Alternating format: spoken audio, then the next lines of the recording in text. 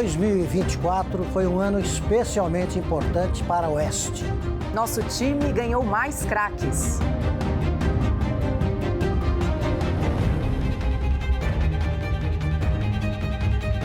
E eles chegaram para melhorar extraordinariamente o desempenho da equipe.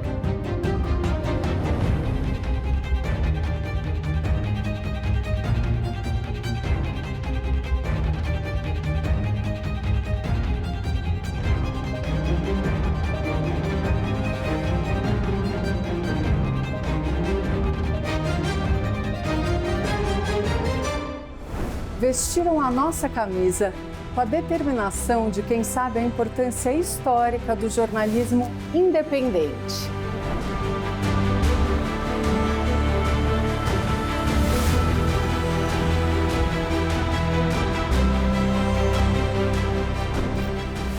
Como se sabe, nenhum time ganha sem o 12º jogador, a torcida. Nossa torcida é formada por dezenas de milhares de assinantes que lotam todas as arenas em que jogamos. Muitos troféus estão em jogo. Para garantir a conquista e a preservação desses troféus, é preciso que o entendimento entre time e torcida seja permanente. Nunca deixamos de suar a camisa. Noticiamos grandes eventos.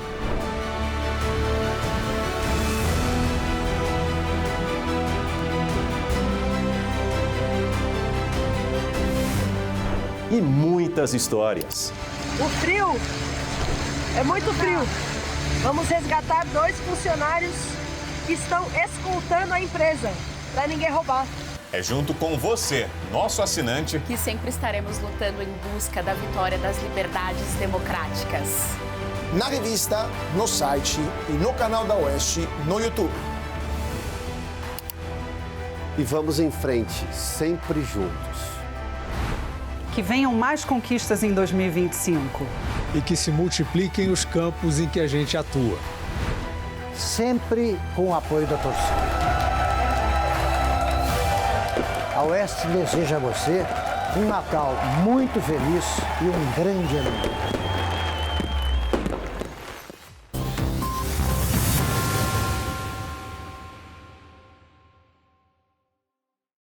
Olá, boa tarde, um Feliz Natal para você. Seja muito bem-vindo, obrigado pela sua companhia nessa tarde de Natal. Hoje, quarta-feira, dia 25 de dezembro de 2024, um dia tão especial, aniversário de Cristo, um momento de celebrar, de refletir. E a Oeste está aqui com você, te fazendo companhia nessa tarde, trazendo uma edição para lá de especial do Jornal da Oeste. Vamos seguir relembrando aqui alguns dos momentos marcantes da nossa programação, os principais fatos do ano, com a marca da Oeste, jornalismo independente, corajoso, com a presença dos nossos comentaristas. Tem muita coisa interessante para a gente relembrar e refletir ao longo dessa edição especial, nesse dia de Natal, aqui no Jornal da Oeste.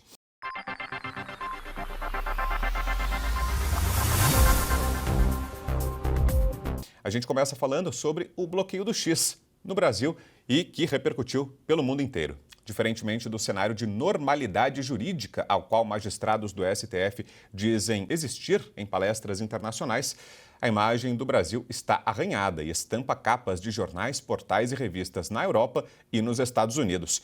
A notícia foi dada no Jornal da Oeste imediatamente após despacho do ministro Alexandre de Moraes e analisada pelo advogado constitucionalista especialista em liberdade de expressão, André Marcília. É preciso que se entenda o seguinte, o que aconteceu nesse caso? O Musk descumpriu uma ordem judicial ou não descumpriu uma ordem judicial, não interessa. Descumprir ordem judicial não é crime, descumprir ordem judicial não pode resultar em prisão, descumprir ordem judicial não pode derrubar rede, não é crime e não pode resultar em prisão porque o nosso código, a gente tem no CPC expresso que se você descumprir uma ordem judicial e houver uma pena mais branda do que a da prisão, é essa que deve ser aplicada. E existe? Existe. Qual? Multa. Ponto. Então, se você descumpre uma ordem judicial, você tem que ser multado. Acabou. Fim de papo. E só. E não mais que isso. E é isso que é viver sob legalidade. A representante legal do Twitter foi ameaçada de prisão e de ser destituída da empresa. Quer dizer, viola-se não só a liberdade de expressão, a de ir e vir, e a livre iniciativa ao mesmo tempo, numa decisão só. Com isso, houve, então, o gatilho do Musk de tirar a sua empresa do Brasil. Aí veio uma segunda discussão. O Musk precisa colocar um representante legal no Brasil. Muito bem, tem controvérsia sobre isso, eu entendo até que deva ter um representante, mas não importa de novo, porque se você não tem um representante aqui, e é devido que tenha, isso não justifica derrubar uma rede. Veja, derrubar uma rede é prejuízo para todo mundo, não apenas para o Musk. O maior sacrificado somos nós, 22 milhões de pessoas censuradas. É esse o resultado da decisão do STF. 22 milhões de pessoas que trabalham nas redes sociais, que interagem nas redes sociais, advogados, jornalistas, políticos, veículos de comunicação que têm a sua audiência circulando por ali, que conseguem exercer, inclusive, o seu faturamento por publicidade, por conta da sua audiência, pessoas que se comunicam e etc, etc. Todas essas pessoas estão, a partir de agora, censuradas porque a rede cai. Bom, você precisa sempre, se você é um juiz, ter prudência. É por isso que chama jurisprudência. Você precisa dar uma decisão prudente, uma decisão proporcional. Você quer atingir o Musk? Ótimo, maravilha, ele descumpriu uma ordem, multa, ele não está no Brasil, nem tem representante, então intima legalmente, e se ele não responder, multe, bloqueie recursos, sei lá, faça qualquer coisa que seja menos gravosa do que a você suspender um serviço de uma empresa que, embora privada, tem um efeito público. Hoje, o X, ele centraliza o debate público do país. E não só público, mas político também. Nós temos campanhas de candidatos, sobretudo candidaturas novas, que são impulsionadas hoje nas redes sociais. Essas candidaturas que não têm uma estrutura econômica ou jurídica muito grande, se não forem as redes sociais, elas serão invisibilizadas, sobretudo nas eleições municipais. Acaba se privilegiando quem? Os velhos de sempre da política, as grandes campanhas, os conhecidos candidatos. Então, é um efeito imenso contra todo mundo, não faz o menor sentido. Uma intimação, inclusive, que é completamente irregular, porque você precisa, para uma obrigação de fazer, que é nomear um representante, você precisa fazer uma intimação pessoal, não foi feito, todo mundo tem que fazer isso, menos o STF. Bom, você tem que intimar uma carta rogatória, manda lá para fora, depois disso, toma-se uma providência. E essa providência não pode ser suspender a rede, tem de ser qualquer outra menos gravosa que essa. Então, tudo irregular e nós, a população, acaba sendo punida. É lamentável, é fora da ordem e nos coloca, como você disse, numa lista de um regime, vamos dizer assim, para imitarmos os nossos governantes, nos coloca ao lado de alguns regimes desagradáveis. Agora, Marcília, você espera algum tipo de reação também internacional? Afinal de contas, imagino que isso salte aos olhos do mundo, né? Uma decisão de um juiz, claro, da Suprema Corte Brasileira, que tira do ar o X, uma rede social que está em praticamente todo o mundo civilizado, está em todas as democracias modernas. Ele está presente, só está excluído, como a gente falou, de regimes autoritários dessa lista aí de países composta por exemplo, Coreia do Norte, Cuba e Venezuela.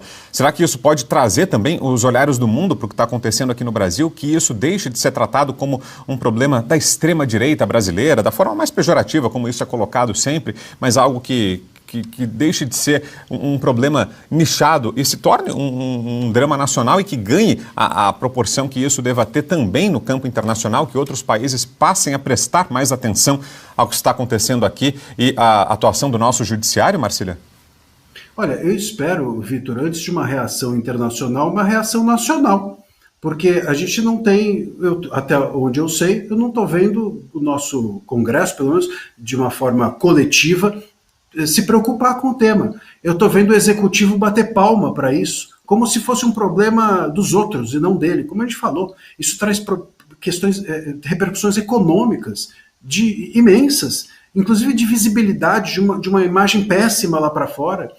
O nosso executivo está achando bacana, está achando bom isso? O nosso Congresso está fazendo o quê? Uma das funções do Congresso é a de freios e contrapesos, é de barrar abusos dos outros poderes, é a de fiscalizar esses abusos e tomar providências. O que está sendo feito? O que está sendo feito? Os demais ministros do STF estão de acordo ou não com isso? Me espanta uma decisão dessa. Veja, como é que você pode pensar numa decisão desse porte monocrática? Monocrática. Um juiz só determina isso e acabou? Os outros ministros estão de acordo com isso ou não? Porque, veja, se eles estão de acordo com isso, eles precisam assumir essa concordância. Por que inclusive, se eu fosse o ministro Moraes, eu levaria esse caso ao colegiado. Olha, uma decisão... Quantas decisões nós não temos hoje monocráticas que o ministro fala assim, que os ministros, todos eles, olha, isso aqui tem uma imensa repercussão, então eu vou submeter ao colegiado para respaldar, para referendar a minha decisão. Isso não vai acontecer. Qual decisão pode ser mais importante que essa para se levar ao colegiado, se essa pode ser tomada monocraticamente? Bom, se isso pode ser feito por um juiz só, o que mais então vale a pena levar para o colegiado? Nada. Então, acabou, não precisa ter colegiado. De um ministro a outro do STF, seguimos no campo jurídico. Alvo de críticas após restringir as emendas parlamentares, Flávio Dino afirmou que quem reclama do suposto ativismo da corte é quem não gosta das decisões e disse que o judiciário não pode se acovardar.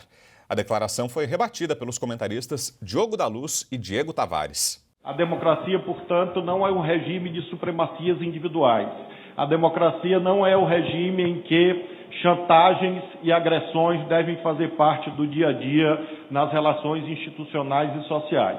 Nós não podemos imaginar um Supremo ou um Poder Judiciário que esteja intimidado, que esteja acovardado, porque ele não vai cumprir a sua missão de independentemente interpretar a lei. E o Judiciário que fosse silenciado, amordaçado, só é possível nos regimes ditatoriais. Volto aqui com o Diego Tavares e o Diogo da Luz. Ô Diego, o ministro não fez referência às emendas, mas pareceu uma reação clara às críticas que ele está sofrendo, né, de interferência no poder legislativo. Muitos parlamentares se queixaram dessa decisão dele, que foi referendada pelos colegas, que restringiu o pagamento das emendas parlamentares. O que achou dessa resposta, digamos assim, do ministro? Resposta do ministro escolar.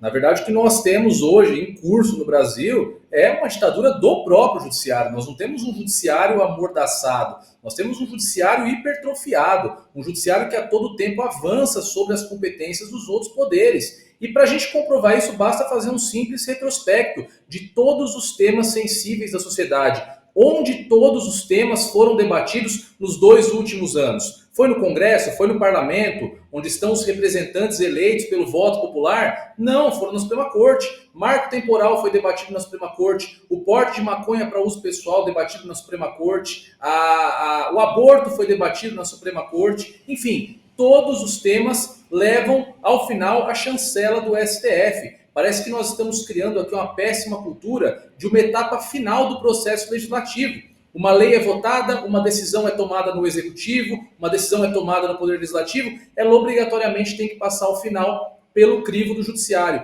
Claro que as omissões dos demais poderes favoreceram, de certa forma, essa situação, mas é inadmissível em uma democracia aquilo que nós estamos vivendo hoje. Então essa fala do ministro Flávio Dino só mostra o quão descolado da realidade é a elite do funcionalismo público, principalmente a elite do judiciário brasileiro.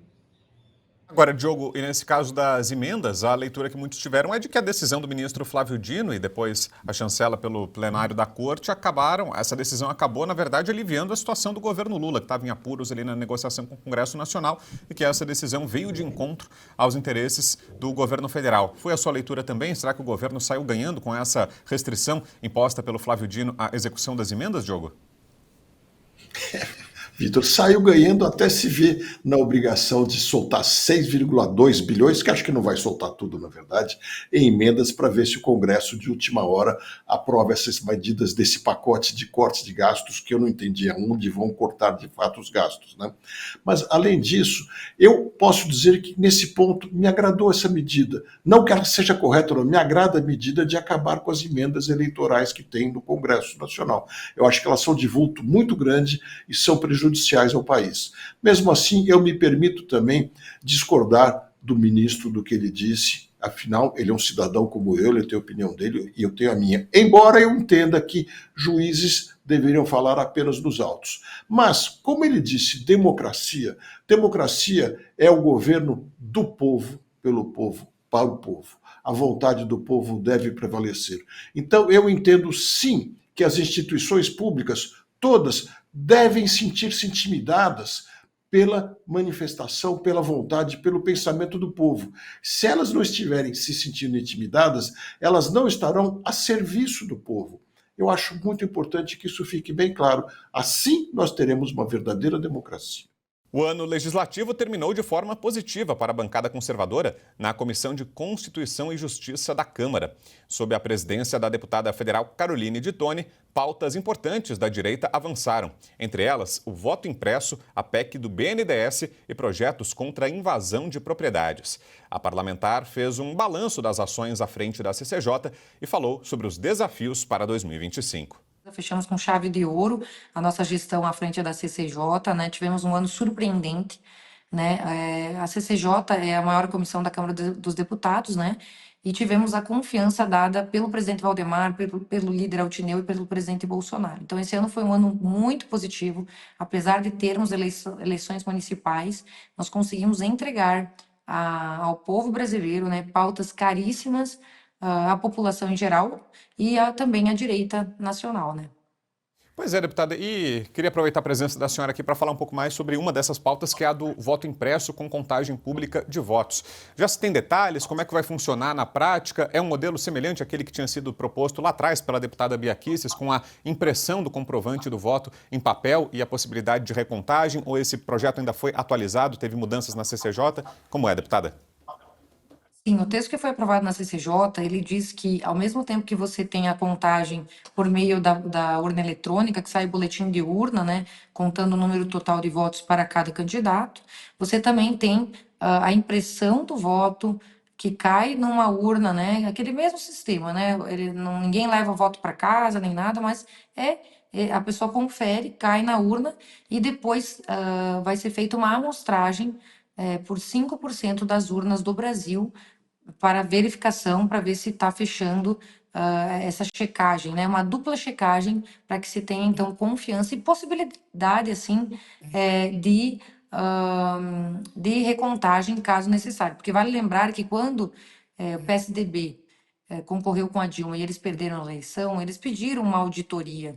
E foi dito na época pelo TSE que não era impossível fazer uma auditoria, porque só tem um meio de verificação. Com isso, a gente sana essa questão da dúvida, né? Porque quando você tem dúvidas sobre um determinado sistema, a melhor forma é trazer cada vez mais transparência em meios de confiabilidade. E não ignorar o tema, ou banir quem fala do tema, ou prender, ou deixar inelegível quem fala do tema, né?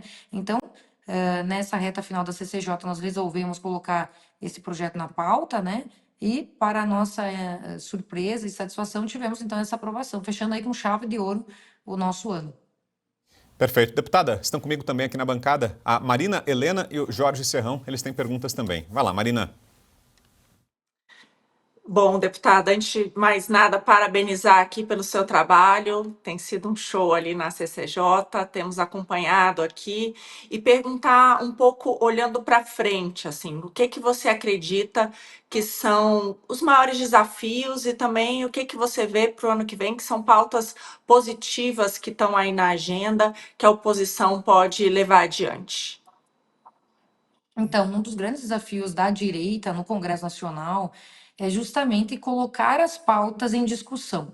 A direita, como um movimento mais recente e de posicionamento firme na Câmara, ela tem aparecido mais recentemente. Antigamente, basta pensar que, como a gente falou, né, quando nós votamos no Aécio Neves contra a Dilma, achando que o PSDB era direita, após essa quebra da hegemonia esquerdista pelo professor Olavo e depois politicamente pelo Bolsonaro, né, que era um candidato antissistema, nós vimos aí eleger 54 deputados no PSL, 99 no PL. Então, nós somos uma bancada muito nova, né?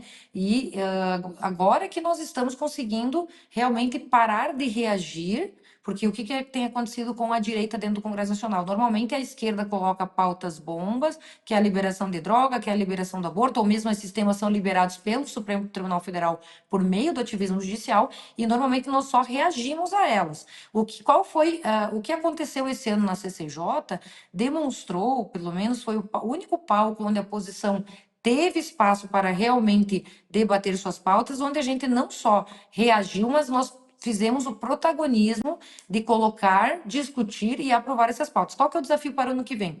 Organizar a oposição, a minoria e o Partido Liberal para que em plenário nós possamos ter uma atuação parecida com o que a gente tivemos na CCJ este ano, porque a gente precisa evoluir muito ainda como oposição ao governo federal, né? E eu acho que esse é o desafio para o futuro, com certeza.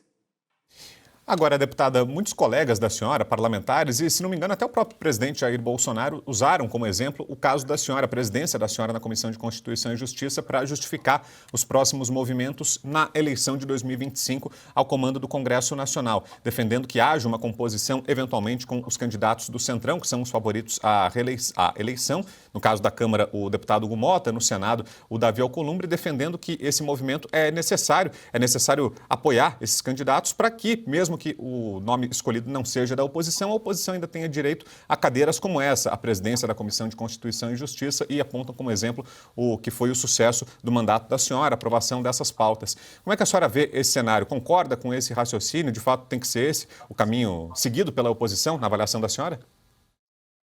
Então, nós temos um exemplo real, né? Quando, ao mesmo tempo em que nós resolvemos apoiar aí o presidente que seria eleito, que era o Arthur Lira, no Senado, o Rogério Marinho tentou ser candidato à presidência do Senado e não conseguiu. O que aconteceu de lá para cá? Nós tivemos a oportunidade, sim, de termos importantes comissões, como foi o meu caso, ao fazermos esse acordo. Tivemos, então, a oportunidade de pautar e de ter protagonismo, enquanto que no Senado eles mesmos se queixaram que foi um erro, por quê?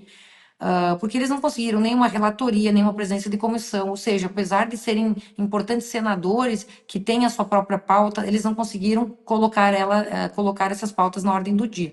Então, qual que é o cenário ideal? O cenário ideal seria nós lançarmos um candidato de direita e termos uma presidência mais à direita, centro-direita, né?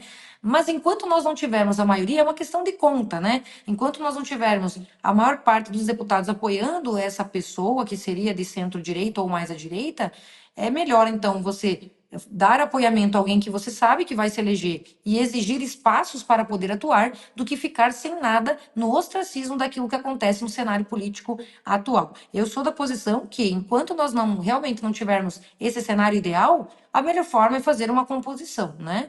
Então, isso foi bom, o que aconteceu esse ano na CCJ, por isso que nós vamos tender a apoiar o candidato que será o sucessor do Lira, e já estamos brigando por espaços importantes. Já está na mira aí a Comissão de Segurança Pública, a Comissão de Relações Exteriores, a liderança, né, a liderança da minoria, da oposição, pelo nosso partido, né? E isso é importantíssimo. Se nós não fizermos esse movimento... na época do PSL, eu lembro que nós fomos muito fiel ao presidente Bolsonaro, e mesmo assim houve um racha no partido, no qual os deputados de centro excluíram totalmente os deputados bolsonaristas. Nós não tínhamos nem tempo de fala no plenário, no auge da briga, né, do PSL. Então nós sofremos muito na nossa atuação para que isso ocorreu, né? Perfeito. Deputada, mais uma pergunta, agora do Jorge Serrão.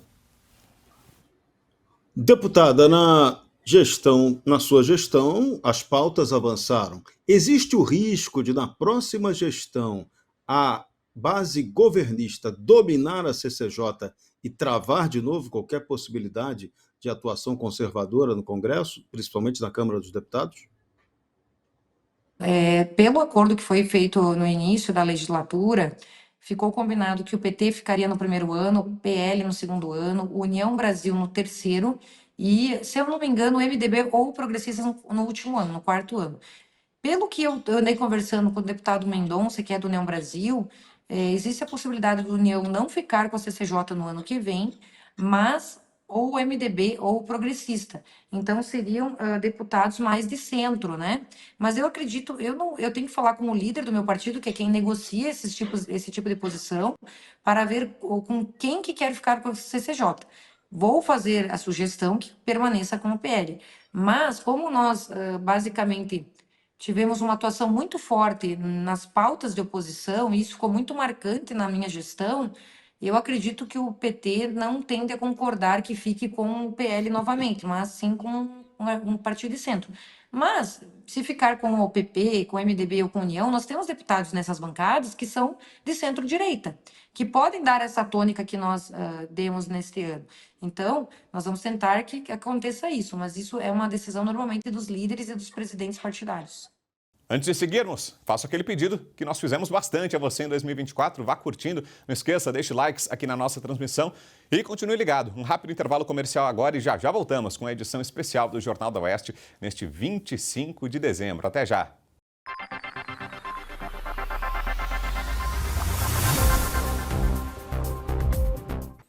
Olá pessoal, é impressionante. Cada vez mais as pessoas estão reclamando de dores. Não é normal sentir dor, não podemos nos acostumar com isso não. E aí eu tenho falado sobre o Ora Pronobis super concentrado Vita e Gold. Dá uma olhada nesse depoimento. Eu tenho uma vida muito corrida. Do cinema para o teatro, dos shows para os estúdios. Algum tempo atrás comecei a me sentir muito cansada. Primeiro achei que era só um mal-estar, depois vieram dores nas costas, nos braços, nas pernas. Eu estava assistindo televisão e um comercial me chamou a atenção. Era sobre um produto 100% natural. Passei a tomar o Ora Pronobis da Vita e Gold antes das refeições. Logo nos primeiros dias eu senti diferença. Aquele peso nas pernas, nos braços, foi aliviando totalmente. Hoje a minha concentração e energia aumentaram 100%. Viram só? E não é só a vida da Lucinha que melhorou, a sua também pode ser diferente. Você que está aí com dores crônicas no corpo, artrite, artrose, reumatismo, fibromialgia, inflamação, desgaste nas articulações, eu te apresento o Ora Pronobis super concentrado Vita e Gold, que também auxilia no combate a diabetes, pressão alta e no controle do colesterol. É aprovado pela Anvisa, não tem contraindicações, tem origem garantida. E o melhor, você pode tomar na forma de cápsulas ou em pó. Temos um número exclusivo, tá aí, ó, 0800 031 1070. E para quem ligar agora, além do desconto tradicional da Revista Oeste, 70%, também vai levar o colágeno tipo 2 para acelerar na sua recuperação da cartilagem, das articulações e mais. Essa câmera Wi-Fi. Ora Pronobis, Vita e Gold, de novo eu vou repetir, 0800 031 1070. Ora Pronobis da Vita e Gold.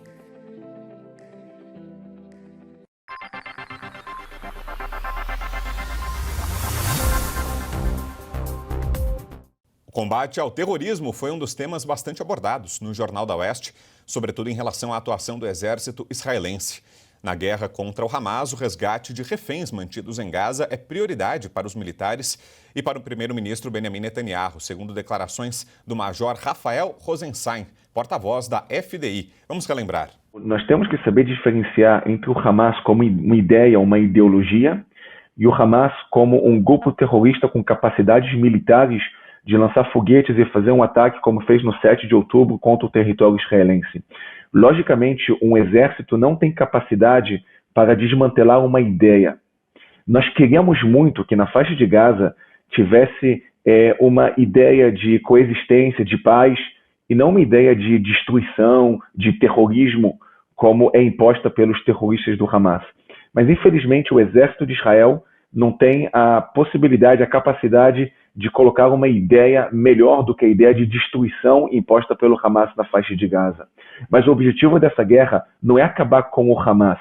O objetivo dessa guerra é desmantelar a capacidade militar do Hamas para que não volte a fazer um 7 de outubro. É muito importante para todos entenderem. O Hamas começou a administrar a faixa de Gaza em 2005. Desde 2005, não tem nenhum assentamento judeu, não tem nenhum israelense morando na faixa de Gaza. A faixa de Gaza foi dada para os palestinos de uma forma unilateral pelo governo de Israel, e desde então o Hamas tomou o poder e lançou em direção ao território de Israel mais de 25 mil foguetes, mísseis e até aviões não tripulados. E no 7 de outubro, entraram no nosso território assassinando, estuprando, sequestrando civis. Nenhum país soberano aceitaria uma situação como essa, na qual um grupo terrorista vizinho lança foguetes em direção ao nosso território, invade o nosso território, invade uma festa, estupra mulheres, sequestra civis, sequestra crianças, mulheres, idosos e assassina mais de 1.000 pessoas e deixa mais de 5.000 pessoas feridas. Nenhum país soberano aceitaria uma situação como essa. Nós não podemos mais aceitar uma situação na qual mais de 60.000 civis no sul de Israel tiveram que evacuar suas casas e não podem voltar para elas porque o Hamas continua a representar uma ameaça. Então o exército de Israel está atuando para desmantelar a capacidade militar do Hamas. Você me perguntou se nós estamos nos aproximando desse objetivo. A resposta é sim. Nós sabíamos desde o começo que essa guerra será uma guerra longa, porque o Hamas utiliza os civis como escudos humanos. Eles lançam foguetes dentro de instituições civis e eles utilizam os civis para esconder seus armamentos, para esconder os líderes terroristas.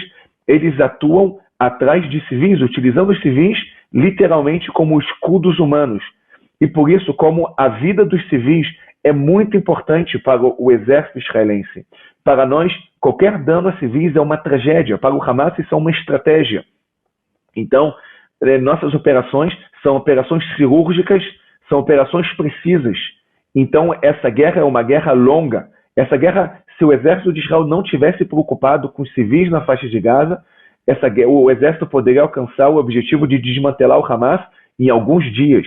Mas como o exército está preocupado com os civis, essa é uma guerra longa. Nós já eliminamos mais de 150 comandantes de companhia do Hamas, mais de 20 comandantes de batalhões do Hamas e mais de 6 comandantes de brigadas do Hamas. Isso é mais de 50% da liderança terrorista do Hamas e chega a ser entre 60% a 70% dos outros líderes terroristas do Hamas. Então, sim, nós estamos nos aproximando, já foram mais de 17.000 terroristas que foram eliminados na faixa de Gaza. E nós vamos continuar eliminando terroristas, desmantelando as estruturas. Os túneis subterrâneos, são 500 quilômetros de túneis subterrâneos que foram construídos pelo Hamas. Nós vamos continuar eliminando os terroristas, destruindo as infraestruturas do Hamas para alcançar o objetivo de desmantelar a cidade militar terrorista do Hamas na faixa de Gaza. E tem uma outra informação relacionada a isso, ô Major, vou pedir licença, vou abrir um parênteses aqui para trazer para o nosso público essa notícia, que é o seguinte: o presidente Lula, no último dia 9 de agosto, vestiu um lenço palestino chamado Kefier, no qual estava escrito em árabe: Jerusalém é nossa, nós estamos chegando. Tem a foto, inclusive, do momento em que isso aconteceu, foi num evento ao lado de representantes do Comitê pela Palestina de Santa Catarina. Essa frase é usada para defender a tomada de controle de Jerusalém pelos palestinos. O senhor já disse que não pode entrar em questões políticas, né, Major? Nem vou pedir que o senhor fale sobre isso, mas só para fechar a nossa conversa, queria uma última mensagem do senhor, rapidamente, que nosso tempo já está quase esgotado, diante também dessa última informação que eu trouxe. Por favor. Sim, Vitor, a desinformação, principalmente no Brasil, é muito grande. O exército de Israel nunca teve um porta-voz que fala português. O Brasil tem a oportunidade de ter um porta-voz do exército de Israel, da língua portuguesa, porque nós entendemos que o Brasil tem uma importância enorme nas relações internacionais. E por isso nós estamos aqui, para poder passar as informações oficiais, as informações verdadeiras desse conflito aqui na região. O Hamas utiliza da mentira como um instrumento de guerra, da mesma forma como o Hamas utiliza dos civis na faixa de Gaza como instrumento de guerra.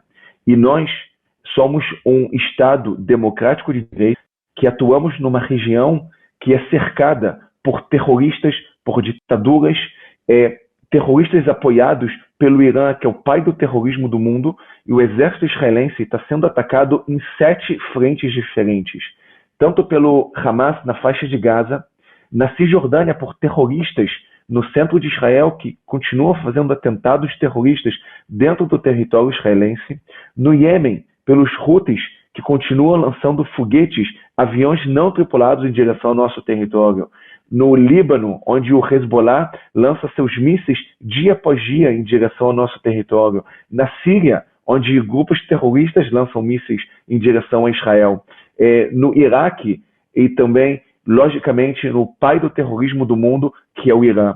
Então, essa guerra é uma guerra que é travada entre o bem e o mal. E é muito importante todos ficarem do lado do bem. Nós estamos aqui para poder relatar e dar todas as informações oficiais para desmantelar a desinformação. Um emocionante relato de 2 combatentes das forças israelenses do Exército foi destaque no Jornal da Oeste.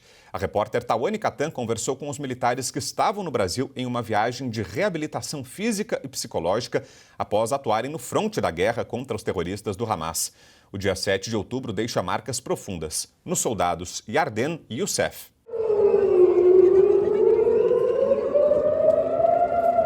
O 7 de outubro de 2023 parece não ter fim.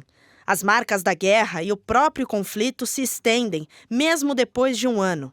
Às 6h30 da manhã daquele dia, o grupo terrorista Hamas iniciou um ataque inesperado durante o Festival de Música Eletrônica Nova, a 5 quilômetros da barreira entre Gaza e Israel.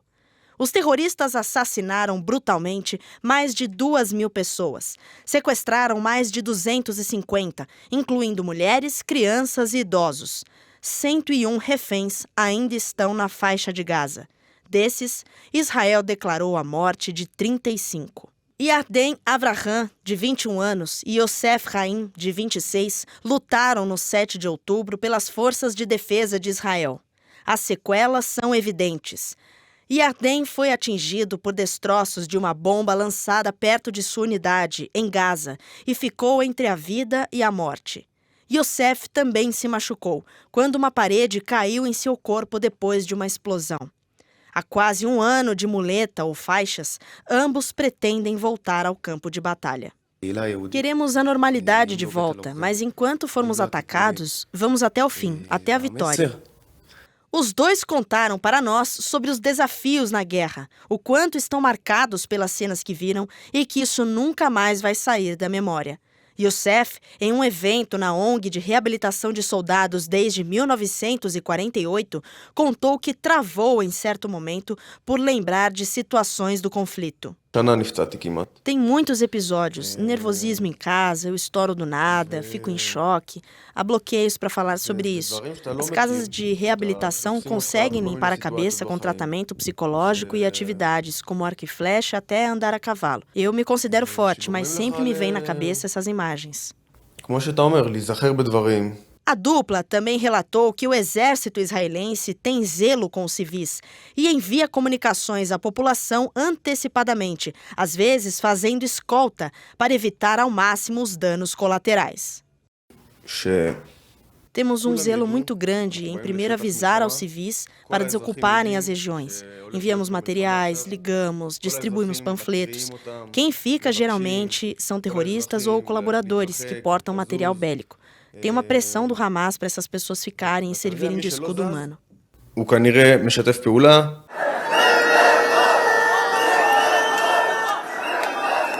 O mundo inteiro sofreu pelo 7 de outubro. Em vários locais, ruas eram tomadas por protestos que pediam pelo retorno dos reféns e pelo fim do terrorismo. Apesar das falas do presidente Luiz Inácio Lula da Silva contra Israel, rejeitadas pelo primeiro-ministro israelense Benjamin Netanyahu e outros líderes mundiais, Youssef e Yarden disseram que amam o Brasil e que o povo brasileiro não reflete as falas do chefe do executivo. O brasileiro, não à toa, sempre achamos que é um povo caloroso. É só perguntar onde você pode ir, a pessoa explica, é capaz até de dar um abraço. Eu adorei o povo aqui e voltaria sempre. O grupo Prerrogativas, que reúne mais de 1.000 advogados e juristas, todos alinhados às ideias do presidente Lula, homenageou a primeira-dama Janja da Silva em uma noite de música e comida farta. A festa contou com convidados famosos e empoderados. E, claro, não passou batida no faroeste à brasileira. Sempre afiado, Pavivi levou o tema à bancada do programa. Segundo o coordenador do grupo, Marco Aurélio Carvalho, o motivo da homenagem será pela atuação de Janja na Aliança Global contra a Fome, o Janja Palusa, e por sua preocupação com um sistema brasileiro de justiça mais inclusivo. Ai, meu Deus! Vale lembrar que o evento no qual a Janja, né, o evento pelo qual a Janja vai ser homenageada, teve, né, que foi chamado de Janjapalooza. Nesses eventos paralelos, ela chegou, né, a xingar o Elon Musk, teve o xingamento da Janja e toda aquela cena, né, deplorável. Mas o jantar do prerrogativas, para quem não sei, prerrogativa para o bolso deles, né, terá shows, vai ter show! Quem é que vai cantar? Maria Rita e Ivo Meirelles. Gisiane, quem é Ivo Meirelles? Olha, eu juro que eu acabei de pensar nisso, quem é Ivo Meirelles? Mas é aquele do cabelo colorido, não é? Ele vive com cabelo colorido, não é? Eu, sinceramente, não Como conheço. é que é a música? Eu lembro que ele cantava bastante baixaria, porque eu lembro na época da MTV, nos anos 90, assim que ele apareceu, o Ivo Meirelles. Ele cantava o quê? Dá uma palhinha. Eu não vou lembrar. Eu sei que ele tava nessa onda meio, talvez, começo do funk, assim, mas era uma... Funk em Lata, tá escrito vocalista do grupo Funk em Lata. Funk o Lata? Funk em Lata. Ele pode fazer uma versão, Funk Lata, né? Funk o Lata. Ah, você tem acerto. E o Prerro, o presidente hein? da Mangueira. Escola de samba. Ele viu a Mangueira entrar. Ele foi presidente da Mangueira. É. Já tá fazendo piadinha igual o Pavinato, hein? Você sabe, Gisiane, que eu nunca vi a Mangueira Você entrar. nunca viu a Mangueira entrar? Estava de costas. E eu ainda dei trela. Deu trela quando ele falou, eu já pensei. Mas como você colocou prerrogativas, é prerrogativas dos criminosos. É isso que eles defendem, porque eles chancelam todo o estado de exceção que está ocorrendo agora.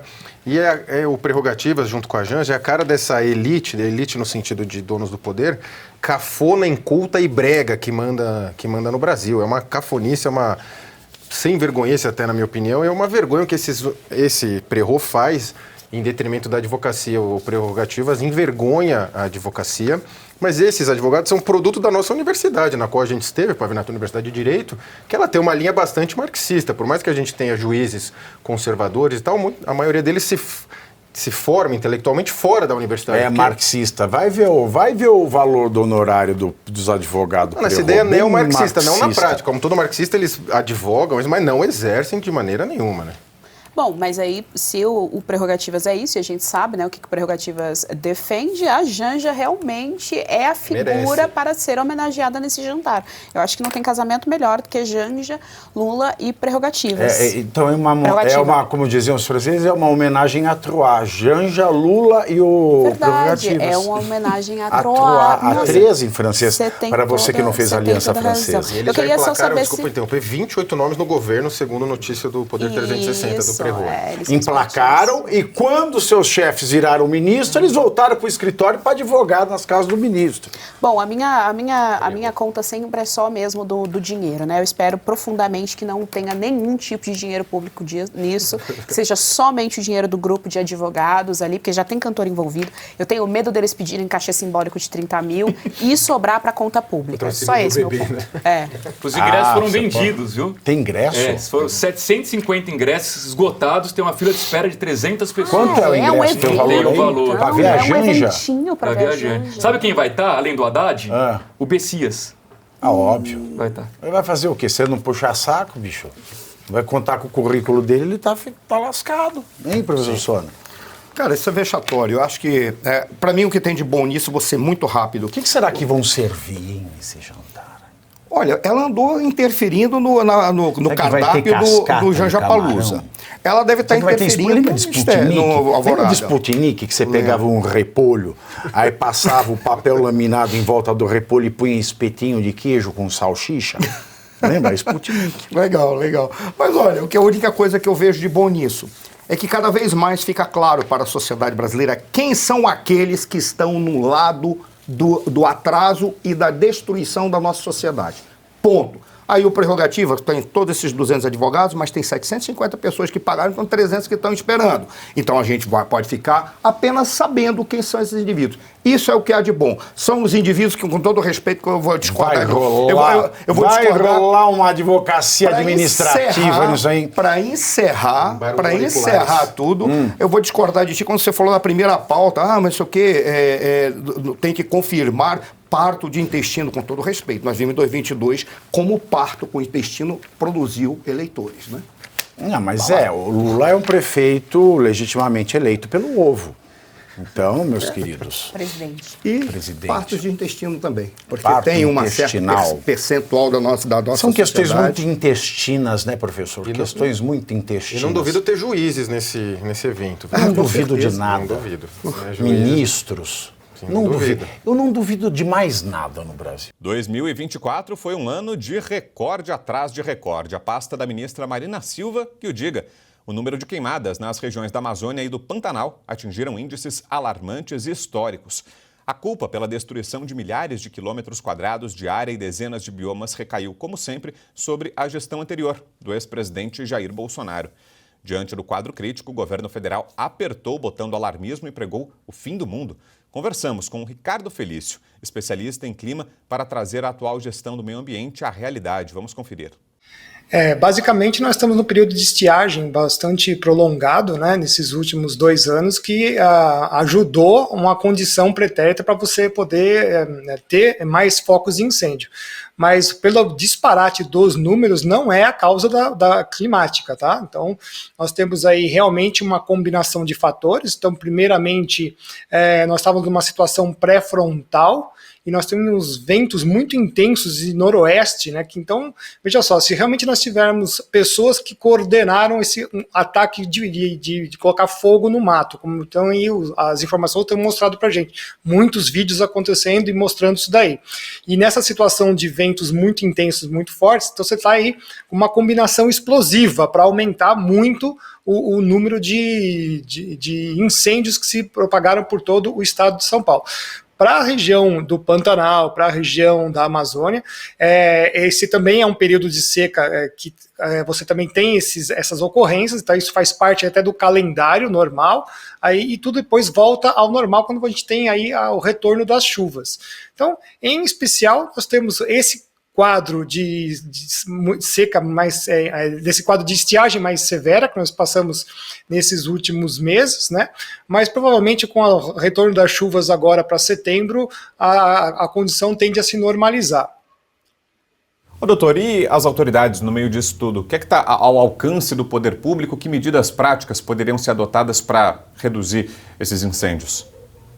É bem interessante que nós temos 3 pontos aí que poderiam ser abordados, né? Primeiro é uma zona de segurança ou de transição, ou também chamada de amortecimento, que a gente pode fazer entre as áreas construídas e a parte da vegetação, né? Hoje em dia a gente está enfiando ou a cidade dentro do mato ou o mato dentro da cidade, né? Então é uma combinação que é muito explosiva, principalmente em regiões que você tem estiagem muito longa.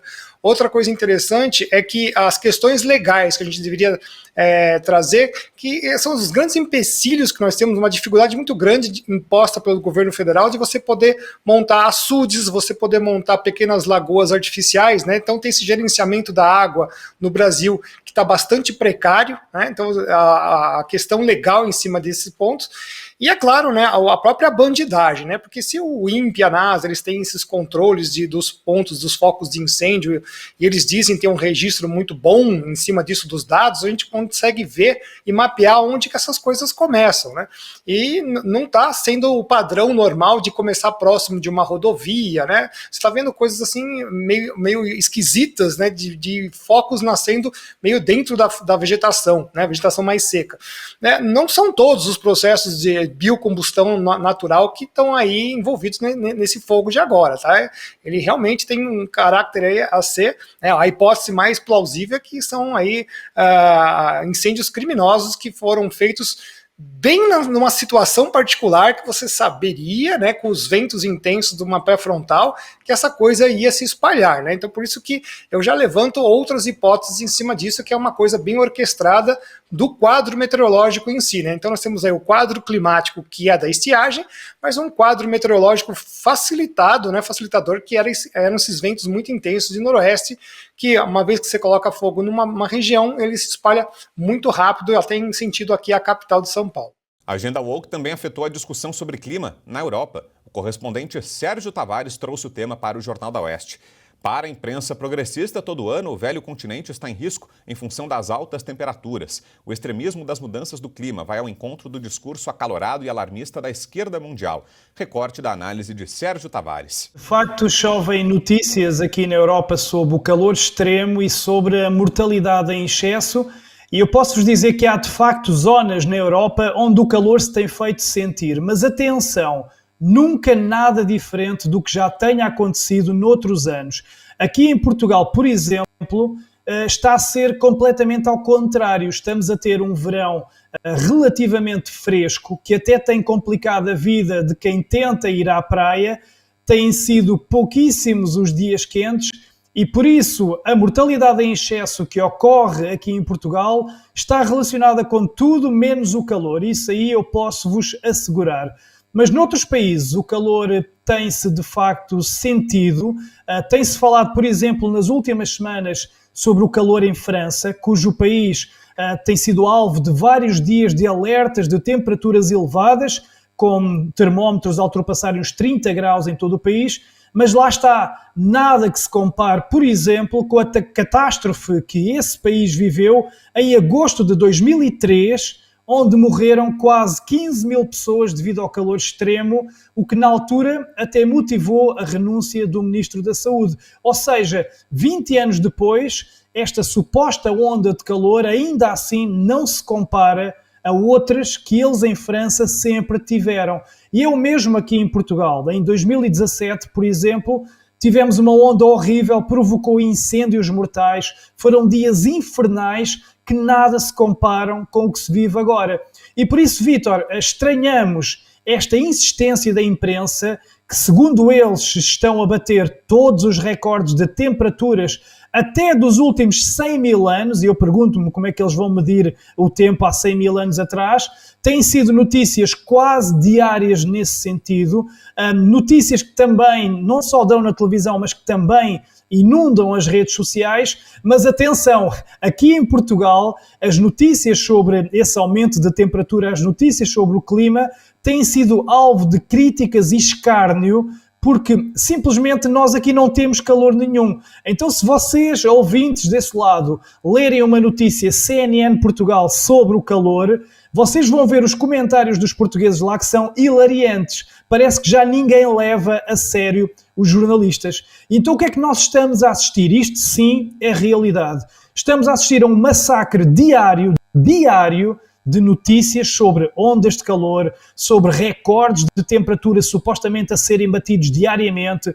Atribuem-se essas ondas de calor a supostas mudanças climáticas. Vemos a imprensa, instituições como a ONU, a OMS, revistas científicas como a Lancet a lançarem previsões catastróficas e alarmistas em torno do clima.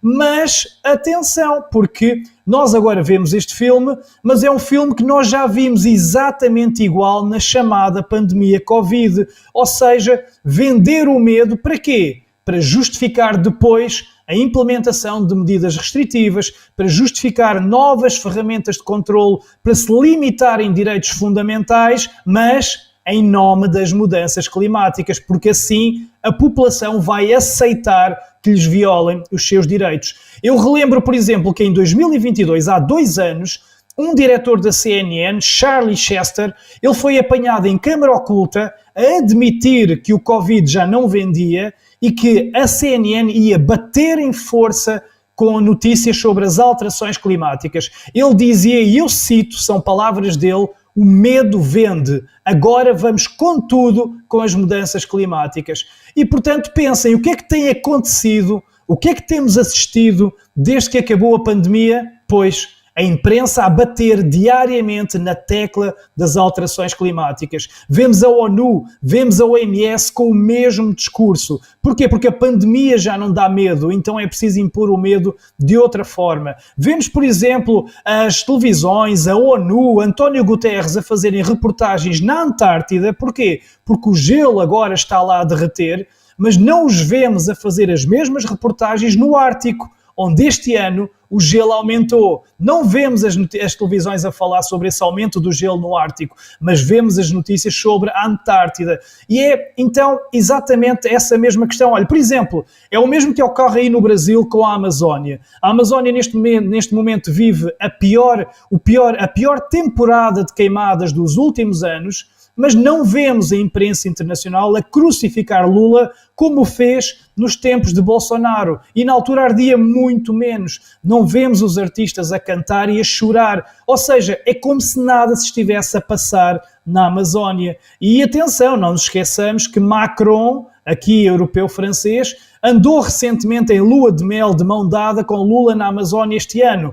Coincidências. Isto para vos dizer o quê? Que, obviamente, há mudanças climáticas, o nosso planeta Terra é um planeta vivo, já tivemos eras glaciares, já tivemos eras de calor extremo, a Groenlândia já foi uma floresta tropical e atenção que a Terra é assim, se de um lado está a haver calor, do outro lado há de haver frio, sempre será assim. Agora, o que é que querem fazer? Querem demonizar o ser humano, querem culpar o ser humano por essas mudanças que sempre aconteceram e sempre acontecerão para poderem justificar medidas de controle, restrições e limitações. E, portanto, isto já não nos apanha de surpresa depois do que aconteceu na pandemia. E para finalizar, e deixem-me só então também dizer isto, Vítor, que em relação às mortes causadas pelo calor, como a imprensa europeia tem tanto noticiado, e dizem até que as mortes vão triplicar na Europa até 2100, ou seja, um medo extremo.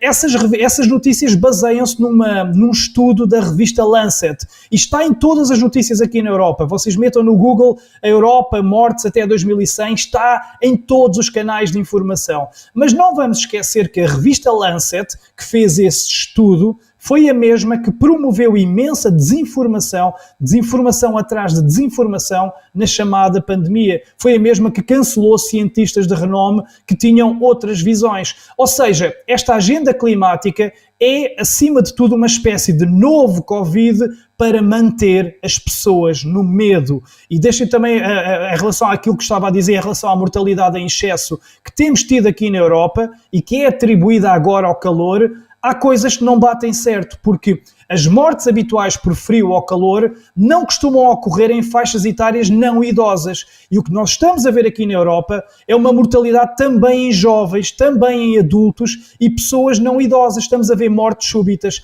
ataques cardíacos de pessoas, de gente que em condições normais não morreria devido às condições extremas do calor ou do frio. E isto está a levar muitos aqui na Europa a ponderar se não há outras causas completamente diferentes, nomeadamente relacionadas com um determinado produto farmacêutico injetável que foi dado aos europeus em grande escala, e todos sabemos do que é que eu estou a falar, e portanto aqui já se começa a ponderar outras causas. E finalizando, Vítor, então, e isto agora já é a minha opinião para fechar, na minha opinião, Sérgio Tavares, estas notícias que vocês veem diariamente, nada tem a ver com clima, tem a ver sim com uma agenda progressista que tem o objetivo de impor futuramente restrições em nome do ambiente, lockdowns climáticos, limitar, por exemplo, o nosso número de viagens por ano, impor novas ferramentas de controle, vão até, se calhar, medir o nosso dióxido de carbono de cada um de nós, ao mesmo tempo que os grandes líderes mundiais, os atores, os artistas, continuarão a usufruir dos seus jatos privados que poluem milhares de vezes mais do que cada um de nós.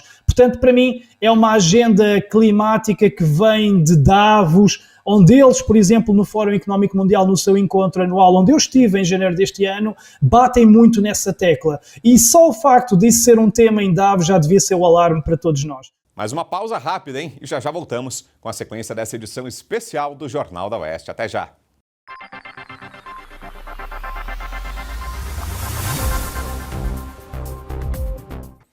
Olá pessoal, é impressionante. Cada vez mais as pessoas estão reclamando de dores. Não é normal sentir dor, não podemos nos acostumar com isso não. E aí eu tenho falado sobre o Ora Pronobis super concentrado Vita e Gold. Dá uma olhada nesse depoimento. Eu tenho uma vida muito corrida. Do cinema para o teatro, dos shows para os estúdios. Algum tempo atrás comecei a me sentir muito cansada. Primeiro eu achei que era só um mal-estar, depois vieram dores nas costas, nos braços, nas pernas. Eu estava assistindo televisão e um comercial me chamou a atenção. Era sobre um produto 100% natural. Passei a tomar o Ora Pronobis da Vitae Gold antes das refeições. Logo nos primeiros dias eu senti diferença. Aquele peso nas pernas, nos braços, foi aliviando totalmente. Hoje a minha concentração e energia aumentaram 100%. Viram só? E não é só a vida da Lucinha que melhorou, a sua também pode ser diferente. Você que está aí com dores crônicas no corpo, artrite, artrose, reumatismo, fibromialgia, inflamação, desgaste nas articulações, eu te apresento o Ora Pronobis super concentrado Vitae Gold, que também auxilia no combate a diabetes, pressão alta e no controle do colesterol. É aprovado pela Anvisa, não tem contraindicações, tem origem garantida. E o melhor, você pode tomar na forma de cápsulas ou em pó. Temos um número exclusivo, tá aí, ó, 0800 031 1070. E para quem ligar agora, além do desconto tradicional da Revista Oeste, 70%, também vai levar o colágeno tipo 2 para acelerar na sua recuperação da cartilagem, das articulações e mais. Essa câmera Wi-Fi. Ora Pronobis, Vitae Gold, de novo eu vou repetir, 0800 031 1070. Ora Pronobis da Vitae Gold.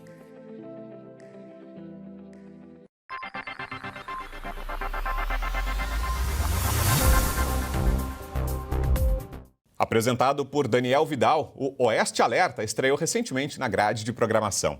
Voltado para assuntos de segurança pública, conta com repórteres espalhados pelo Brasil com foco em flagrantes, reportagens sobre operações policiais, a atuação dos agentes de segurança pública. E dentre os destaques, um drive-thru de drogas que funciona a céu aberto, à luz do dia, em uma comunidade de um bairro nobre na zona sul da capital paulista. O repórter farejador do Oeste Alerta foi até lá e mostra tudo para você. No Brasil, temos várias empresas alimentícias e outros produtos também no sistema drive-thru, que significa o cliente comprar sem sair do carro, normalmente lanches, comida e até peças de veículos, entre outros produtos. No Brasil, nos estados do Rio de Janeiro, Bahia e principalmente São Paulo, o drive-thru chega à beira das comunidades e sempre próximo ao bairro nobre, para que a droga ou o produto seja entregue como acontece na capital paulista, no bairro Nobre, Campo Belo. Na rua Xavier Gouveia tem condomínios de alto padrão e casas luxuosas, mas também uma pequena comunidade e seu drive-thru das drogas. Acompanhe. Tudo é muito rápido. O veículo para, a droga é levada, paga e o carro ou a moto e seus usuários vão embora. Repare este carro prata. A ação é rápida. Repare que tem um cercadinho de madeira para a marcação do local das drogas. Olha esse flagrante, o carro branco para e compra a droga, assim como a moto também faz a mesma coisa à luz do dia, sem a presença de autoridades. Veja esta imagem, o carro preto para e começa a venda. Mas duas mulheres e um homem passam na hora. O carro vai para frente e o traficante calmamente coloca o dinheiro na sacola. Em seguida, o carro de alto padrão compra a droga e vai embora. E assim sucessivamente. No descanso, os traficantes ficam bem próximo do local, conversando um pouco e também usando drogas. Então partimos para mais próximo. Ao chegar no ponto certo, com uma câmera escondida, flagra um motociclista comprando. No pequeno comércio, compro um refrigerante e converso com um senhor. Mesmo com receio, nos dá todas as informações. Braço que é forte ali, né? Aí vende muito. Vende muito, né? Para um carro atrás do outro, né? Faz tempo isso, né? Aí é mediano. Oi? Aí é mediano. Antes de sair do bar, ainda flagra um homem atravessando a rua com a criança no colo, mas a venda continua e não para, e também não tem polícia. Tivemos a informação que há mais de 40 anos existe esse drive-thru das drogas. Esse negócio aí não acaba nunca. É mesmo? Tem 48 anos que mora aqui. Quando eu vim de Maceió aqui, já tinha esse negócio aí dentro.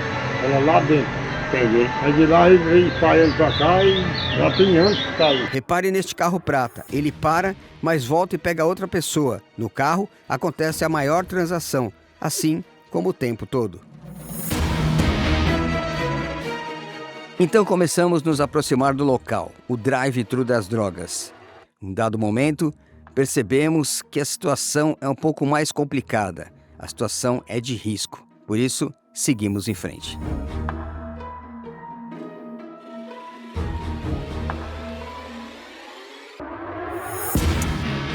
Durante o tempo que ficamos lá, cerca de 5 horas, não vimos uma viatura da polícia. Segundo informações, a comunidade e o drive-thru das drogas está ali há cerca de 40 anos. Ô farejador, antes de qualquer coisa, mais uma vez, parabéns pelo seu brilhante trabalho, por essa cobertura excelente, por esses fatos aí que, de repente, para o cidadão, no seu dia a dia, acabam passando batido, não é? Exceto para aquelas pessoas que moram ali na região, estão no entorno, têm o seu comércio, como o caso daquele comerciante.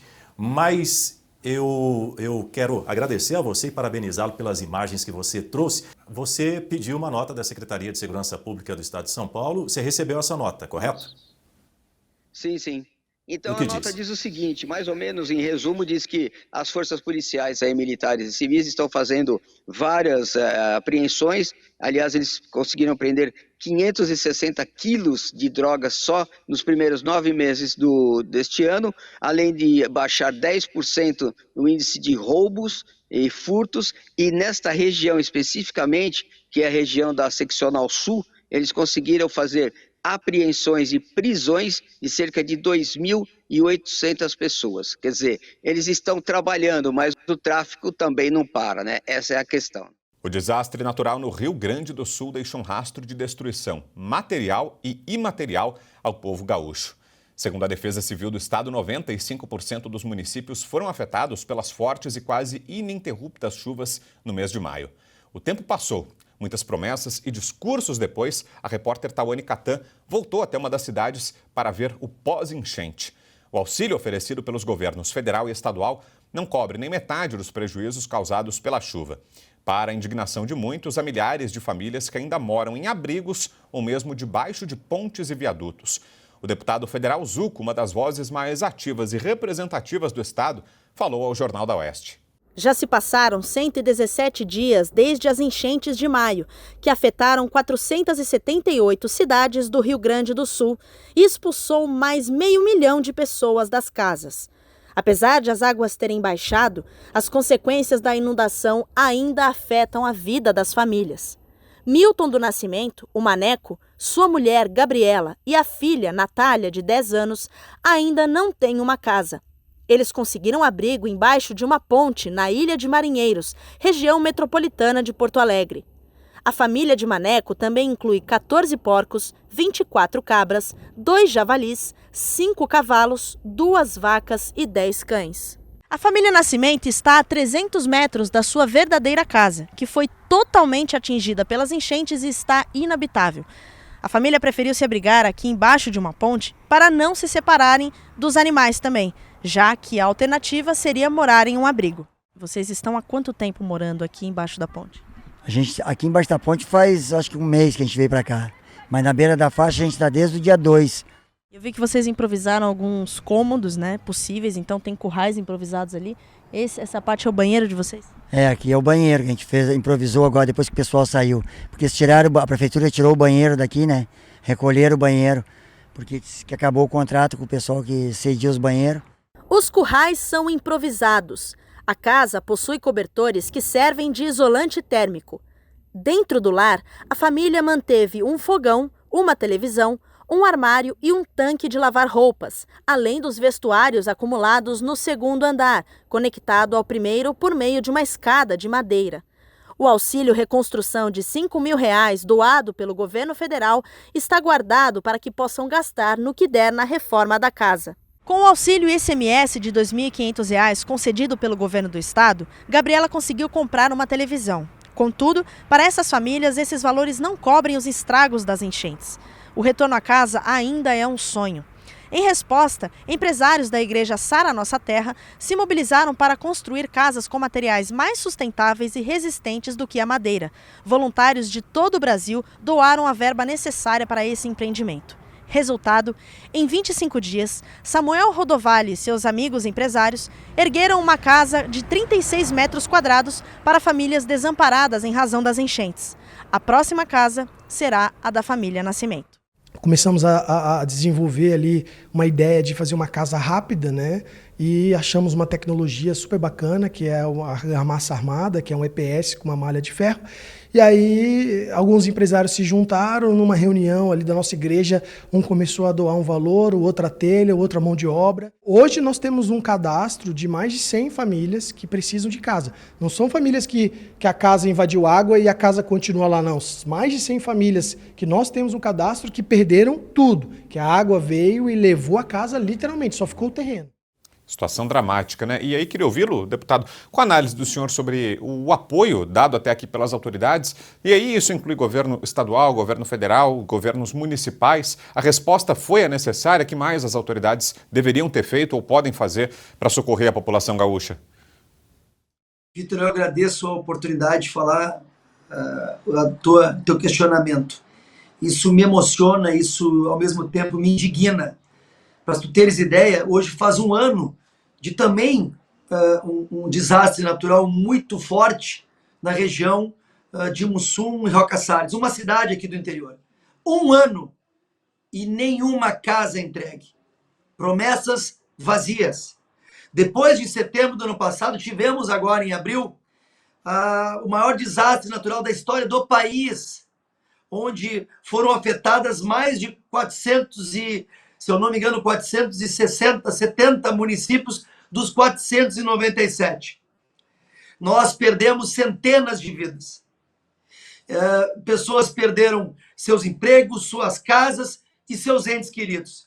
E aqui foi criado um palanque político.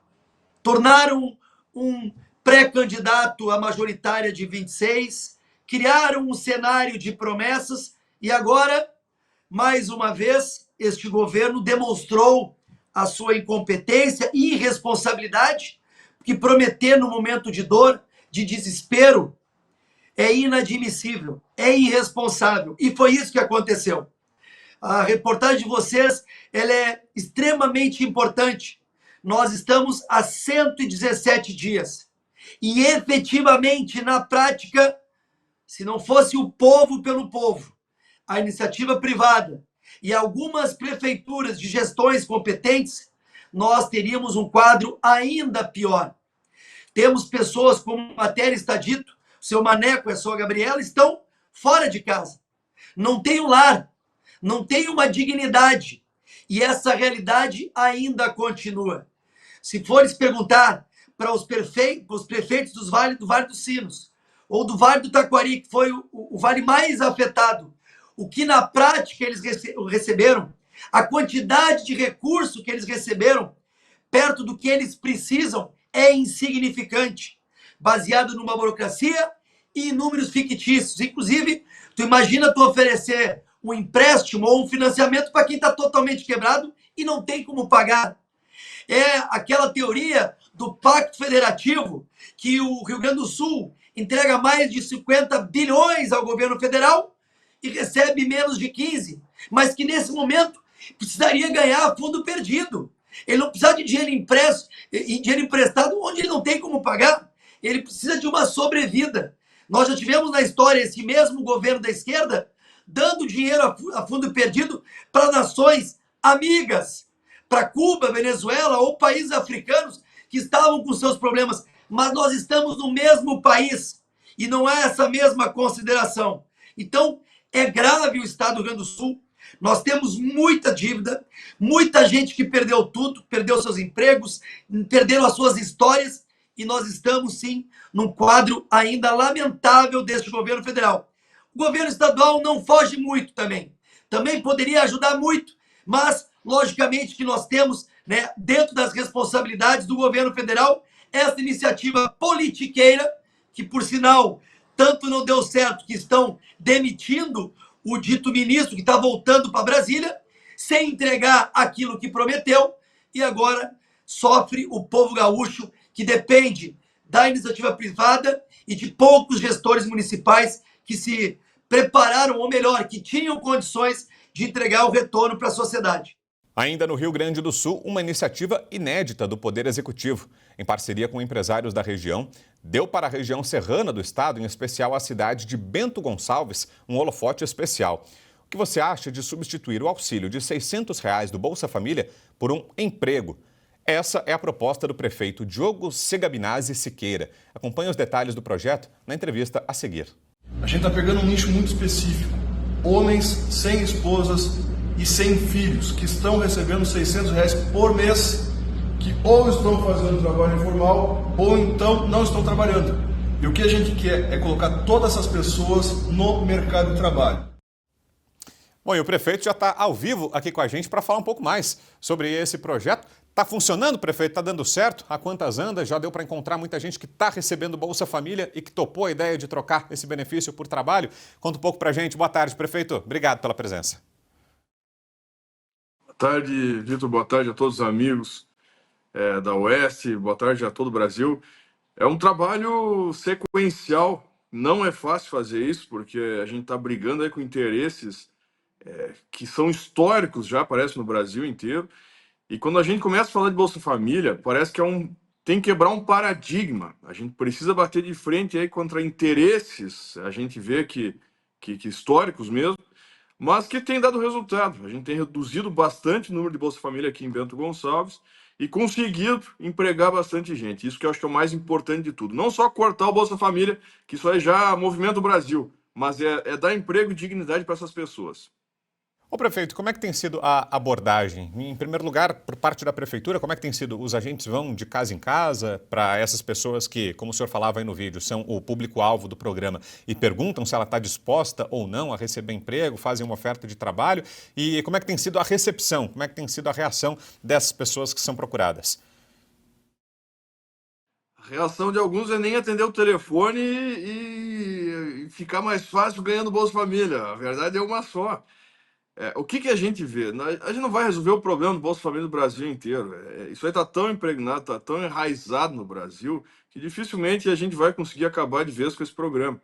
É mais fácil, às vezes, um cidadão, mesmo podendo trabalhar, é mais fácil para ele ficar recebendo Bolsa Família. R$600 no mínimo ele recebe por mês para estar dentro do programa e sendo beneficiário.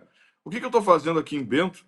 Bento, só para ter uma ideia, Vitor, é o município que tem o menor número de Bolsa Família do estado do Rio Grande do Sul, nos municípios acima de 50 mil habitantes. E a gente tem 123 mil habitantes. A gente está com o número quase o dobro disso aí, e a gente está com o menor número de Bolsa Família. É um trabalho que vem dando resultado. O que a gente faz? Eu sei que eu não vou resolver todo o problema do Bolsa Família, mas eu consigo resolver um pouco por vez. E o que eu peguei? A gente pegou o caso de homens de 18 anos até 40 anos, a gente já expandiu agora até 50 anos também, mas localizando essas pessoas que não têm esposa, não têm filhos, e no Bolsa Família, para o nosso cidadão que está em casa escutando agora, é possível receber Bolsa Família não tendo filhos e não tendo esposa. Por incrível que pareça, se consegue fazer isso. Mas a gente pegou localizou todas essas pessoas. Aqui em Bento, eram 44 pessoas de 18 a 40 anos. 44 pessoas, homens. Nós buscamos eles por telefone, a gente foi de casa em casa e nós conseguimos cortar em torno de 90% do Bolsa Família. Foram sumariamente cortados, porque ou não estavam em casa, ou estavam fazendo um trabalho informal, e qualquer uma dessas informações que não sejam fidedignas, que não sejam aquilo que ele autodeclarou no CRAS, na assistência social, a gente já sumariamente corta essa pessoa e faz ela entrar no mercado de trabalho. E além disso, a gente emprega elas, não é só cortar, é empregar as pessoas, que eu realmente acredito que é o mais importante. Esse é o objetivo da prefeitura, é empregar essas pessoas e tirar desse comodismo de ganhar essa bolsa miséria aí de R$600 aí, que é um cabide. Isso é uma bengala que fica para essas pessoas tão forte que é muito mais prático fazer um trabalho informal e continuar recebendo esse benefício do governo. E tem que ser feita a parte da prefeitura, que é fiscalizar e agir fortemente para bloquear esse benefício quando não é necessário. Banho de água fria. Essa foi a sensação dos réus do 8 de janeiro e do corpo jurídico que advoga pelos familiares envolvidos no ato ocorrido na Praça dos Três Poderes. Em uma manobra, o presidente da Câmara, Arthur Lira, retirou da CCJ o projeto que propunha a anistia e o realocou para uma comissão especial. O desembargador aposentado Sebastião Coelho, em entrevista ao Jornal da Oeste, ressalta que a ação de Lira é política, está atrelada à liberação de emendas parlamentares e vai resvalar no sucessor do cargo. Isso foi uma manobra do senhor deputado Arthur Lira, tudo por cálculo político. Veja, esse assunto foi para a pauta da CCJ por uma determinação da deputada Carolina de Tone, uma moça forte, não é? No início de setembro. Então ele poderia, em setembro, ter dito não, isso não vai tramitar na CCJ, vai tramitar em uma comissão especial. Mas como nós estávamos às portas das eleições municipais, todos eles fizeram essa combinação, vamos deixar a CCJ caminhar, depois das eleições nós colocamos tudo abaixo. Então, o Musa comentou muito bem aí a questão das emendas. Isso nada mais é do que uma negociação nas costas dessas pessoas que são verdadeiras vítimas. Eu digo mais do que a negociação, negociata. Essa que é a palavra certa. Não é? Então eu como cidadão brasileiro, eu fico revoltado com uma situação dessa. Não é? Pessoas que não cometeram crime algum, isso é provado e comprovado, mas o Supremo Tribunal Federal tomou aquela posição seguindo o ministro Alexandre de Moraes, que todos nós sabemos que é um ditador, é um abusador da Constituição, não é? E todos eles estão ali agregados a Alexandre de Moraes. E o Congresso também, infelizmente.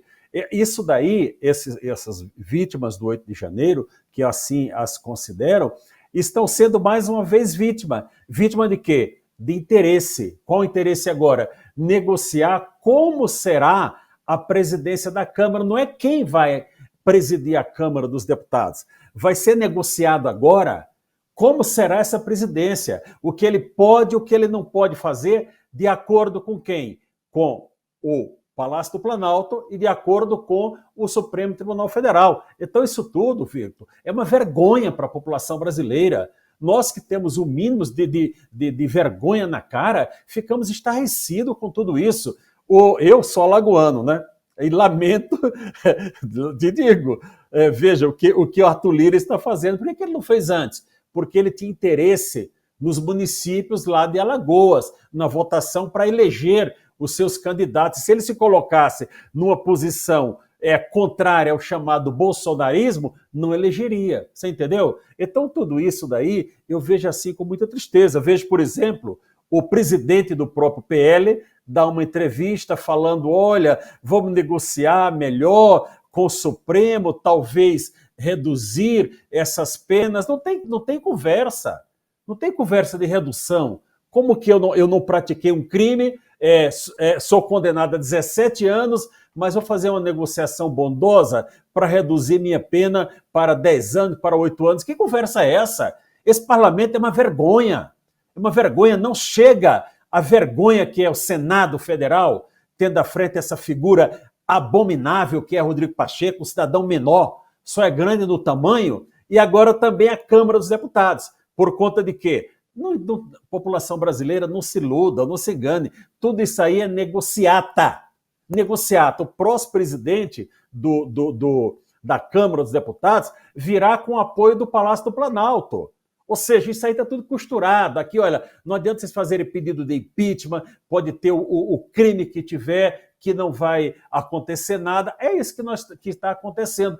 E aí diz, olha, a direita ganhou a eleição, a extrema-direita, a direita ganhou a eleição, a esquerda realmente perdeu, graças a Deus que esse lixo foi banido pelo eleitorado brasileiro, não é? E aí vem, agora, para ganhar os votos, a direita serve, não é? Agora, para fazer uma pauta que é favorável a essas pessoas da direita, lembre, quase 60 milhões de eleitores votaram em Bolsonaro. Aí vem o presidente do partido do Bolsonaro dizer, olha, é o nosso candidato em 2026. Conversa fiada, Vitor. Conversa fiada. Essas pessoas estão enganando o Bolsonaro. Estão enganando de que, olha, quando o Valdemar da Costa Neto anunciou que iria colocar uma emenda nesse projeto já relatado brilhantemente pelo deputado Rodrigo Valadares, lá na CCJ, Quando ele disse que ia colocar uma emenda para incluir Bolsonaro, eu conversei com as pessoas próximas e disse, olha, isso não vai passar. Isso daí já é jogada combinada para dizer, olha, se for só o 8 de janeiro, tudo bem, mas como colocou o Bolsonaro, aí não vai andar. Entendeu, Vitor e Musa? Essa que é a realidade que nós estamos vivendo, que esses políticos têm que entender que a população não está cega. A população está vendo o que está acontecendo, a atuação maligna do Supremo Tribunal Federal na pessoa do senhor Alexandre de Moraes. Essa que é a verdade que tem que ser dita e alguns não gostam de ouvir. Mas eu digo, porque eu não sou de partido político nenhum, não devo nada a ninguém, só a meu Deus e a minha família e os bons amigos que eu tenho de caminhada, companheiros de caminhada, e vou dizer sempre a verdade, sem medo. Tenho medo nenhum de ministro nenhum, de ninguém.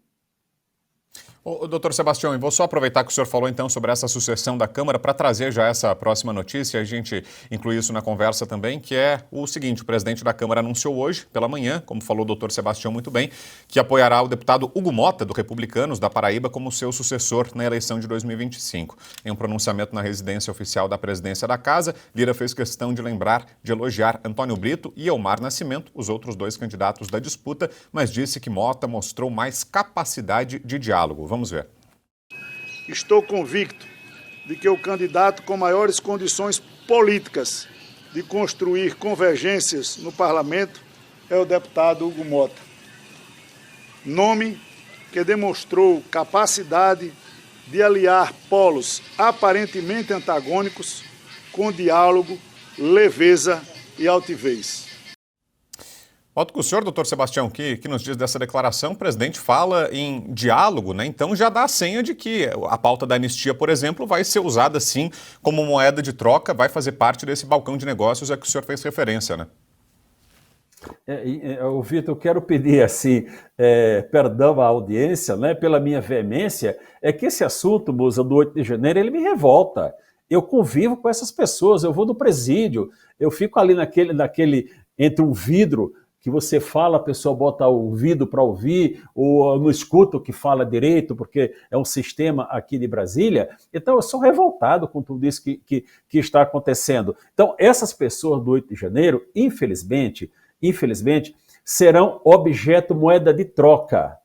Moeda de troca. Aí se fala, olha, é inconstitucional, se aprovar na Câmara, não aprova no Senado, se aprovar no Senado, o Supremo vai tornar inconstitucional. Alguns ministros já disseram, não, quem dá a palavra final aqui é o Supremo, se vale ou não vale, não é? Então, esse Supremo Tribunal Federal é um poder abusador, é um tribunal abusador.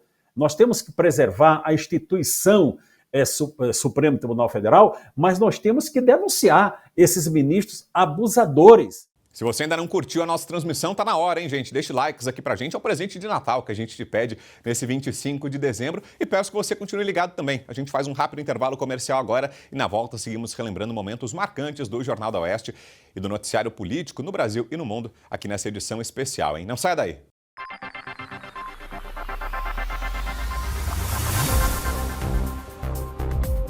Deixa eu te contar uma história. Um dia a Juliana, que acompanha aqui o Oeste, descobriu que as calças estavam encolhendo misteriosamente. Ela culpou a secadora, mas a geladeira sabia a verdadeira culpada. O desejo por doces de Juliana era horrível. Um dia, tarde da noite, ela se viu desesperada dentro do carro, pois acordou de madrugada e foi atrás de um sorvete.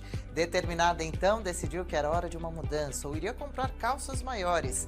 Juliana viu aqui na Oeste sobre um suplemento que poderia ser útil e imaginou que animador seria tomar algo para ajudar na perda de peso, queimando gordura indesejada. Com esperança renovada, ela partiu para uma nova tentativa e foi então que descobriu o Topform, sua arma secreta pro sucesso. Conheça o Topform, seu super aliado do emagrecimento, maior controle de apetite e queimador de gordura. Contém a potente combinação do Psyllium, Quitossana e a laranja moro, uma combinação que vai aumentar seu metabolismo mesmo em repouso. Quitossana, seu novo melhor amigo, bloqueador da absorção de gordura. Laranja moro acelera o metabolismo, queimando gordura mesmo em repouso. Psyllium, fibra que retarda a absorção dos carboidratos, evitando estufamento na barriga e picos de glicemia. Cromo reduz vontade de doces, controlando os desejos por açúcar com eficiência. Espirulina, microalga repleta de nutrientes em que os astronautas da NASA utilizam, considerado o alimento do futuro. Antocianinas, um ótimo pré-treino, bombeando mais sangue e nutrientes para os seus músculos. Peça seu Topform agora. E atenção, os 10 primeiros que ligarem, além do Guaraná mais café verde de brinde, receberão outro presente, um gel termogênico redutor de celulite, flacidez e medidas. E mais, ligando agora você receberá um descontão de 70%.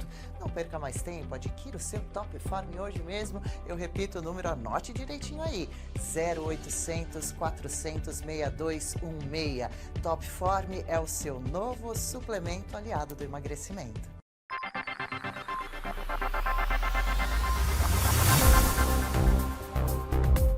Vamos falar de outra coisa? O programa de variedades da Oeste, que vai ao ar aos sábados às 8 da noite, trouxe em uma das edições desse ano uma participação mais do que especial. Você conhece a Rapel Kojastambul? A nova identidade da Ana Paula Henkel conquistou a audiência. Ao lado de Nívia Calmar, Adriana Reide e Guilherme Fiuza, a correspondente do Jornal da Oeste nos Estados Unidos colocou os óculos escuros e fez bonito na bancada. Acompanhe. Tinha que ser essa Ana Paula falando do que não é para falar. Bom, vamos fazer o nosso trabalho de sempre aqui, que é dizer o que vocês estão... que o que vocês estão vendo não é o que vocês estão vendo. Boa noite, então, Rapel Kojastambul. Mais uma fake news dessa Ana Paula, hein? Good evening. Eu peço perdão que eu estou um pouco sem voz hoje, mas quando eu cheguei no Brasil, eu não fiquei no ar-condicionado como essa Ana Paula, eu fui pro piquete, eu fui pra rua defender o Lula, porque essa coisa de ar-condicionado é pra gente burguesa, né? Você está naquele protesto das feministas também contra o Trump? Sim, inclusive tentaram raspar a minha cabeça. E eu disse, não, só nos Estados Unidos. Aqui é piquete. Então, fui para o piquete. Mas tive que aparecer aqui na mesa burguesa dessa gente no ar-condicionado. Mas fiz o meu trabalho, né? Não raspei a cabeça, mas tô lá. Lula lá, que esse povo esqueceu, Lula lá, paz e amor, todo mundo, ninguém fala mais dele. E aí, aqui no caminho para o estúdio, eu soube que íamos falar desse tweet aí, dessa Ana Paula Henkel. Essa Ana Paula Henkel que ela acha que sabe alguma coisa dos Estados Unidos só porque tem um curso de história que fala de história dos Estados Unidos, que importa a história. Alguém quer saber qual é a história? O que vale é a narrativa. E olhem que coincidência, hoje é um dia especial para os Estados Unidos, eu como correspondente da Casa Branca, correspondente que corresponde, claro. Tá aí na tela. Hoje é 7 de dezembro, os americanos comemoram o ataque a Pearl Harbor, comemoram, né? Porque tem que comemorar um ataque dos japoneses a Pearl Harbor, tem que comemorar um ataque a essa gente. Olha lá, acontecendo tentando te sabotar, é isso? É impressionante. É mais um ataque, tá vendo? A gente... Deve ser coisa do Trump ou do mimadinho Musk. Claro. É porque a última vez que aquela Ana Paula esteve aqui, nessa bancada, ocorreu um atentado. Foi muito estranho aquilo. Muita também, coincidência. né? Porque ela chegou. Boa noite, pessoal. Boa noite, companheira Eliana. Boa noite, companheiro Gugu. Boa noite, companheira Samba. Soltinho. E boa noite, companheira Rapel. É isso aí. Mas aí, finalizando. Mas aí só para lembrar que essa Ana Paula, a última vez, o último, penúltimo, né? Volta e meia ela tá aí, né? Ela tá em tudo quanto é lugar, essa Ana Paula, a verdade é essa. Feliz, infeliz. Entrevista para cá, entrevista para lá. E ela chegou aí e ocorreu um atentado quase simultaneamente nos Estados Unidos. Eu acho que aquilo foi armação. Como foi o 7 de dezembro em Pearl Harbor. Isso. Ali foi uma armação. Os japoneses atacaram os americanos muito bem, um ataque muito bem sucedido, porque o imperialismo tinha que ser atacado mesmo. Era necessário. Era necessário. Naquele 7 de dezembro de 1941, morreram 2.400 americanos, vários navios afundados. Mas a dona Rosa Weber está correta de dizer que o dia da infâmia, como é chamado Pearl Harbor, é o 8 de janeiro. Então, palmas para a dona Rosa Weber. Quem não gostar do Brasil, que vá embora. Essa foi a declaração de Luísa Trajano em uma reunião do Conselhão de Lula, um aglomerado de empresários, ministros e representantes da sociedade civil, mas que só representam os ideais do próprio governo federal. Vale lembrar que, na época da reunião, Lula estava internado no Sírio-Libanês, em São Paulo, em função de cirurgias e procedimentos no cérebro. Quanto à dona do Magazine Luiza, vamos relembrar esse desabafo, essa fala polêmica da Luísa Trajano, com os comentários de Diogo da Luz e Diego Tavares. Quem não gostar do Brasil, vai embora dele. Mas quem ficar, por favor, para de falar mal do Brasil. Se não for para falar bem, não fale mal. E o duro é que isso já está acontecendo, não é nem questão de gosto, né, Diego? Mas a fuga de capitais estrangeiros está acontecendo num ritmo acelerado. Estava vendo aqui os números, 25 bilhões de reais já foram embora do Brasil só esse ano, de janeiro a novembro. Fuga de capital estrangeiro do país que a empresária menciona, mas já está acontecendo, né, Diego? Pois é, Vitor Brown, e muito me impressiona um governo que se diz tão avesso, por exemplo, ao período da ditadura militar, ter uma apoiadora do calibre de Luísa Trajano aí revisitando o slogan da ditadura, o slogan lá de 1970 do General Médici, Brasil, ame-o ou deixe-o, né, no auge da repressão aos movimentos contrários à ditadura. Enfim, hoje a gente não está vivendo uma situação muito diferente, como a gente conversava com o Van Hatten, existe uma grande repressão à oposição do governo, mas eu achei, no mínimo, curioso o governo reviver esse slogan, esse triste slogan para o Brasil. E, de fato, Brown, nós estamos vivendo, sim, uma fuga de capital, uma fuga de investimento que acaba por fragilizar cada vez mais a situação das finanças brasileiras, que já está aí batendo recordes após recordes de déficit, mês após mês. Esse buraco está que nem o saco do Papai Noel agora em época natalina, não tem fundo, né? A fragilização das nossas finanças públicas parece não ter fim. E justo nesse momento no qual era preciso se criar um ambiente mais propício para o investimento, se criar um ambiente mais favorável ao empreendedorismo, nós temos aí uma grande empresária, proprietária de um grande conglomerado econômico, dizendo que, olha, o Brasil é isso aqui mesmo, se você quiser é desse jeito, se você não quiser, não faça nada, sai daqui, e se for para ficar, não fala mal não. Não fala mal não, porque alguma coisa aí de ruim pode te acontecer, você pode, de repente, quem sabe ser incluído aí em um inquérito ilegal que tramita num tribunal que não teria competência para apreciar esse inquérito. Enfim, você pode ter todo o seu patrimônio aqui dilapidado, e isso sob a batuta da lei, sob a batuta do judiciário. É triste o momento em que nós vivemos aqui no Brasil. Exibição de filme de sexo explícito em escola pública no Amapá foi alvo de denúncia da deputada Silvia Wayampi. Sem cortes ou imagens distorcidas, crianças de 10 a 14 anos assistiram às cenas. O Jornal da Oeste conversou com a parlamentar para tentar entender o motivo da exibição de um conteúdo completamente incompatível ao ambiente e à faixa etária dos alunos presentes. Essas imagens que estão aí na tela foram exibidas numa escola, colocadas ali no projetor, e as crianças viram, e por sorte uma das crianças com o celular conseguiu registrar esse momento. Isso foi denunciado, mas já se tem de informações sobre isso, deputada? Foi uma amostra feita pelo Ministério dos Direitos Humanos, é isso?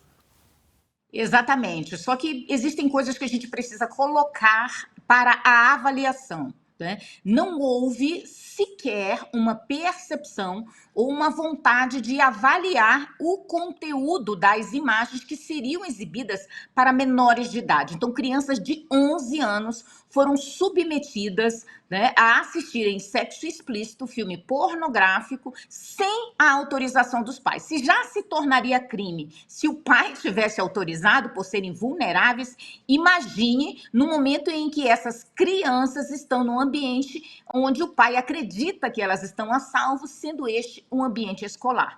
Então, um educador, um professor, no momento em que a criança está na escola, é ele quem detém a responsabilidade pela proteção desse menor. Então, assim, todos passaram, então, a jogar a culpa um no outro. Ah, mas o filme não era responsabilidade minha, era dos direitos humanos. Por conseguinte, não era responsabilidade minha, era da universidade. Não era responsabilidade minha, era do coordenador do curso.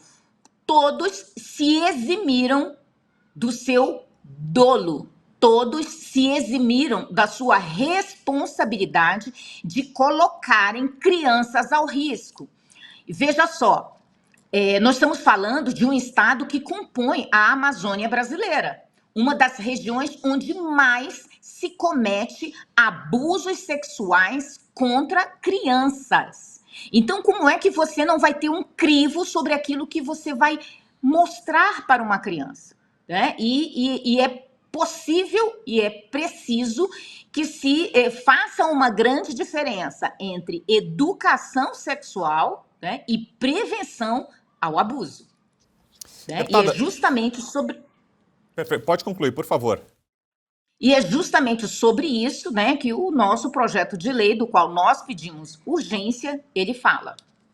Perfeito. Vou passar a palavra aqui à doutora Kátia Magalhães, nossa comentarista. Ela vai lhe fazer mais uma pergunta, deputada.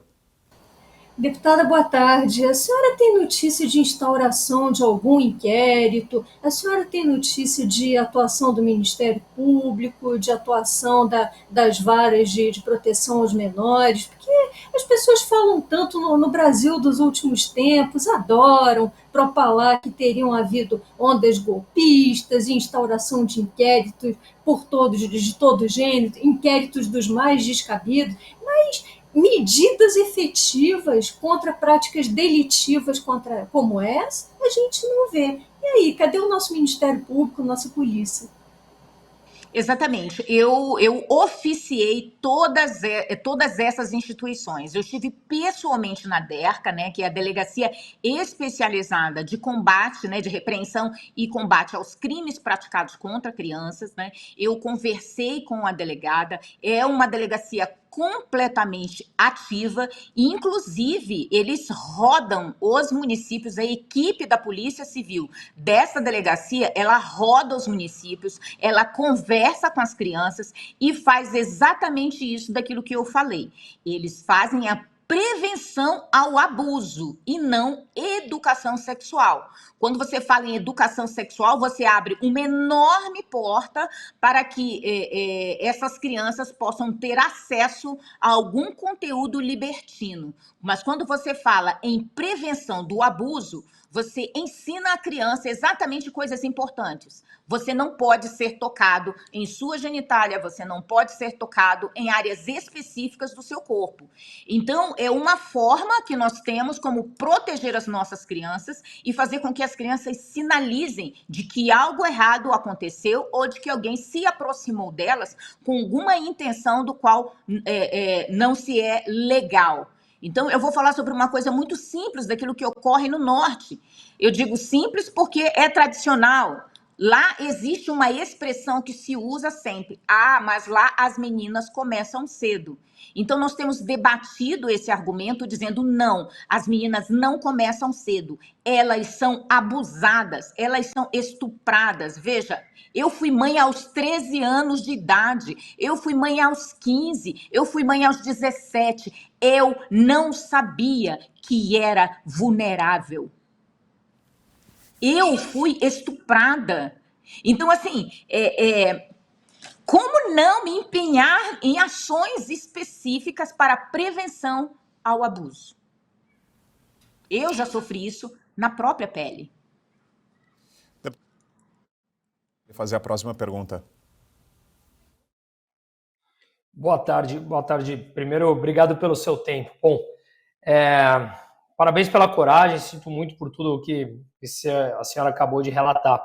Mas a senhora acha que com esse movimento do mundo retrocedendo um pouco, você vê algum tipo de expectativa ou de otimismo frente a essas mudanças no curto prazo no Brasil, ou teremos que continuar vendo essas aberrações aqui explícitas assim em nossa cara? É preciso que o brasileiro tenha coragem, né, para debater esses assuntos e não se sentir familiarizado, né, ou abrir as portas para dizer que é normal o abuso. Nós só dizemos que é normal quando nós não temos esperança, ou quando nós obrigamos a meninas a não terem esperança, quando nós damos uma segunda chance a um abusador. E isso impacta demais agora, por exemplo, no veto do presidente, a lei que garantia e garante um cadastro de pedófilos, de abusadores sexuais, e que isso fosse consultado. Ele vetou. Ainda há pouco, agora em novembro, foi preso um condutor escolar, né, que já tinha estuprado uma menina de 4 anos 3 vezes. E depois de preso, ele confessou que utilizava a sua profissão justamente para ficar mais próximo às suas vítimas. E confessou que já havia estuprado 6 meninos e mais 4 meninas.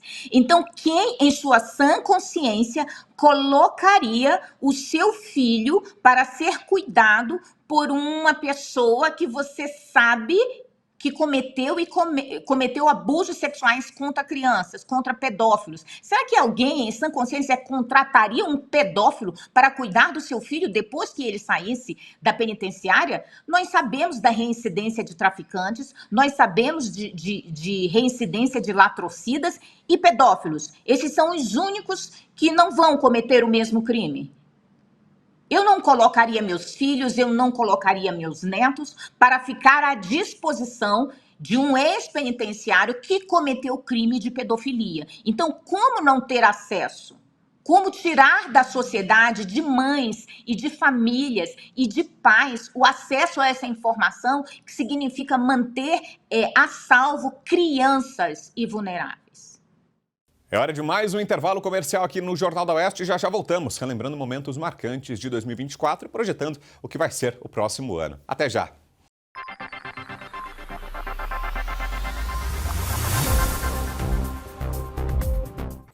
Olá pessoal, é impressionante. Cada vez mais as pessoas estão reclamando de dores. Não é normal sentir dor, não podemos nos acostumar com isso não. E aí eu tenho falado sobre o Ora Pronobis super concentrado Vita e Gold. Dá uma olhada nesse depoimento. Eu tenho uma vida muito corrida. Do cinema para o teatro, dos shows para os estúdios. Algum tempo atrás comecei a me sentir muito cansada. Primeiro achei que era só um mal-estar, depois vieram dores nas costas, nos braços, nas pernas. Eu estava assistindo televisão e um comercial me chamou a atenção. Era sobre um produto 100% natural. Passei a tomar o Ora Pronobis da Vita e Gold antes das refeições. Logo nos primeiros dias eu senti diferença. Aquele peso nas pernas, nos braços, foi aliviando totalmente. Hoje a minha concentração e energia aumentaram 100%. Viram só? E não é só a vida da Lucinha que melhorou, a sua também pode ser diferente. Você que está aí com dores crônicas no corpo, artrite, artrose, reumatismo, fibromialgia, inflamação, desgaste nas articulações, eu te apresento o Ora Pronobis super concentrado Vita e Gold, que também auxilia no combate a diabetes, pressão alta e no controle do colesterol. É aprovado pela Anvisa, não tem contraindicações, tem origem garantida. E o melhor, você pode tomar na forma de cápsulas ou em pó. Temos um número exclusivo, tá aí, ó, 0800 031 1070. E para quem ligar agora, além do desconto tradicional da Revista Oeste, 70%, também vai levar o colágeno tipo 2 para acelerar na sua recuperação da cartilagem, das articulações e mais. Essa câmera Wi-Fi. Ora Pronobis, Vita e Gold, de novo eu vou repetir, 0800 031 1070. Ora Pronobis da Vita e Gold.